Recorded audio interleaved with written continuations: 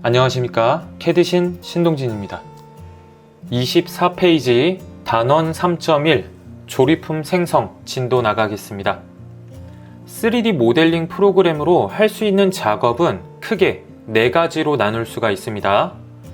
하나의 부품을 모델링을 하는 부품 작업, 확장자는 IPT, 2개 이상의 부품을 조립을 하는 조립품 작업, 확장자는 IAM, 조립품을 분해를 하는 분해품 작업, IPN, 부품이나 조립품 또는 분해품에 대한 도면을 작성을 하는 작업, 도면, IDW.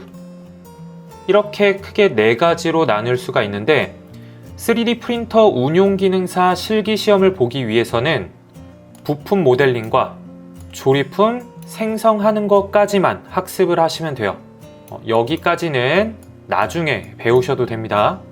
이 4가지 작업은 서로 연관이 되어 있기 때문에 파일의 위치 또는 이름이 변경이 되거나 삭제가 될 경우 오류가 발생을 합니다.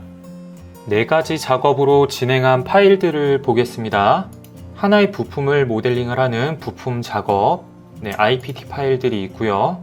그 다음에 2개 이상의 부품을 조립을 한 조립품 작업, 그리고 조립품을 분해를 한 분해품 작업, 그리고 부품, 분해품, 조립품 등을 도면을 작성을 하는 도면 작업.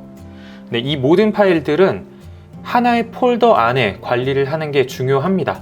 IPT 부품 파일, IAM 조립품 파일, 분해품 IPN 파일, 도면 IDW 파일. 왼쪽에 있는 작업 트리를 보게 되면 오류가 하나도 없는 것을 파악을 할 수가 있습니다. 우선 다 꺼볼게요. 파일의 이름이나 위치 또는 삭제가 되면 안 된다고 했었어요. 예를 들어서 제가 이 경첩 본체의 이름을 그냥 1번으로 한번 바꿔볼게요. 무슨 일이 발생을 하는지 한번 보도록 하겠습니다. 조립품을 열어볼게요. 오류가 뜨죠. 확인을 눌러보면 지금 현재 조립품에서는 1번 파일을 찾을 수가 없다 라고 오류가 뜨게 됩니다. 해당 부품은 현재 화면에서 보여지지가 않고요. 두 번째 분해품 파일을 볼게요. 오류가 나죠. 확인 눌러보고 마찬가지로 이번에도 오류가 나요. 1번 부품이 없습니다. 도면도 볼게요. 도면도 오류가 나죠. 마찬가지로 화면상에 보여지긴 하지만 지금 현재 왼쪽에 있는 작업 트리에 오류 표시가 발생을 합니다. 지금 1번 부품이 이름이 변경이 됐기 때문에 그 파일을 찾을 수가 없어서 이러한 식으로 오류가 발생을 하게 돼요. 그럼 이 이후부터는 도면 작성을 계속하게 되면 더 이상 진행이 불가능해요. 오류로 인해서. 모든 작업을 완성을 하고 파일의 이름을 변경을 하거나 삭제를 하면 안 됩니다. 만약에 파일의 이름을 꼭 변경을 해야 된다 라고 하면 나머지를 끌게요. 조립품으로 돌아오겠습니다.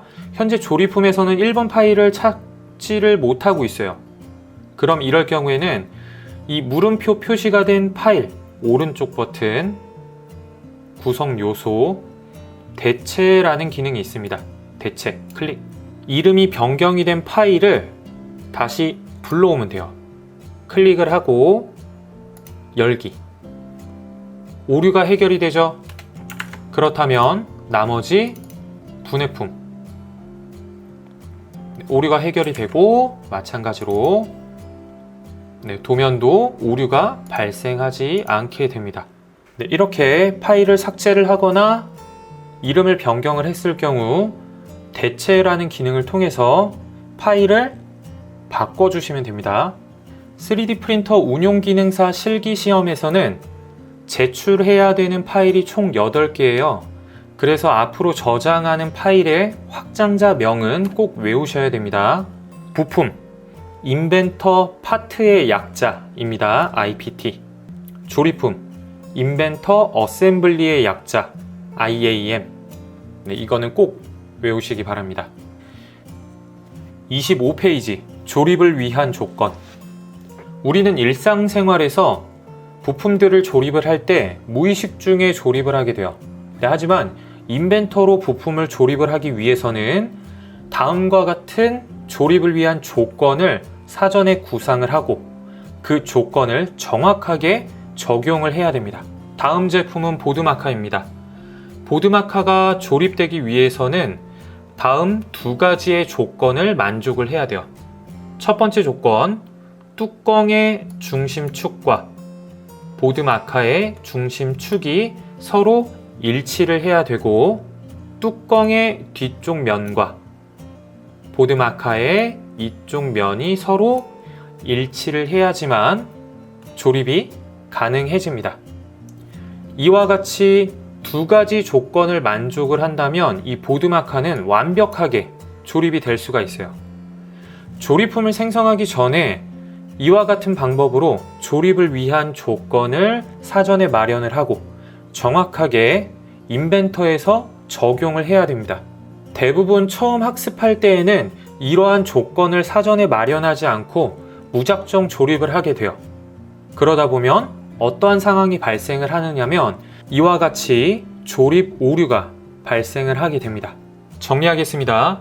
제시된 도면을 보고 조립을 위한 조건을 사전에 마련을 하고 인벤터로 정확하게 적용을 합니다. 26페이지 조립 조건 구상. 도면을 보고 각 부품의 조립 관계를 파악을 해서 조립을 위한 조건을 사전에 마련을 해보도록 하겠습니다. 첫 번째 조건, 초록색 부품과 회색 부품이 조립이 되기 위해서는 안쪽에 있는 면과 이쪽 면이 서로 일치를 해야 돼요. 면과 면 일치. 두 번째, 초록색 부품의 중심축, 회색 부품의 중심축, 축과 축이 일치를 해야 돼요. 이 두 가지 조건을 만족을 한다면 정확하게 조립이 됩니다. 두 번째 조건, 마찬가지로 면과 면이 일치를 하고 축과 축이 일치를 한다면 정확하게 조립이 될 거예요. 27페이지. 세 번째 조건, 조립된 세 개의 부품이 하늘색 부품 가운데로 쏙 들어와서 조립이 될 거예요. 그렇다면 회색 부품에 있는 이 가운데에 있는 작업 평면과 하늘색 부품의 가운데에 있는 작업 평면이 면과 면이 일치가 되면 가운데로 위치를 할 거예요.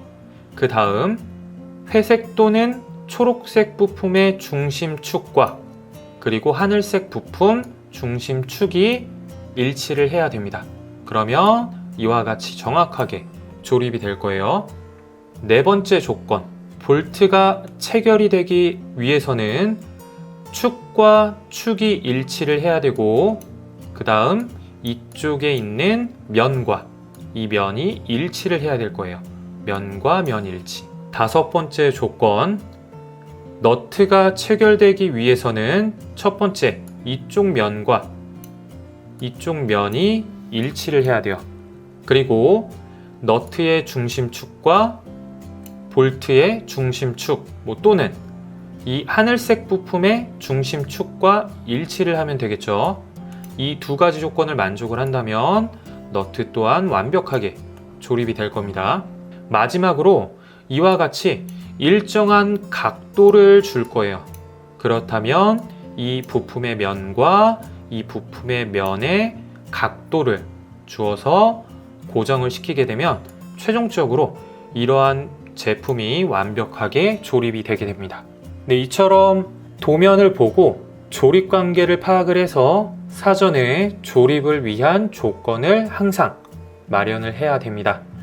다음 시간에는 이 조건을 바탕으로 각 부품들을 조립을 해서 조립품을 생성을 해보도록 하겠습니다.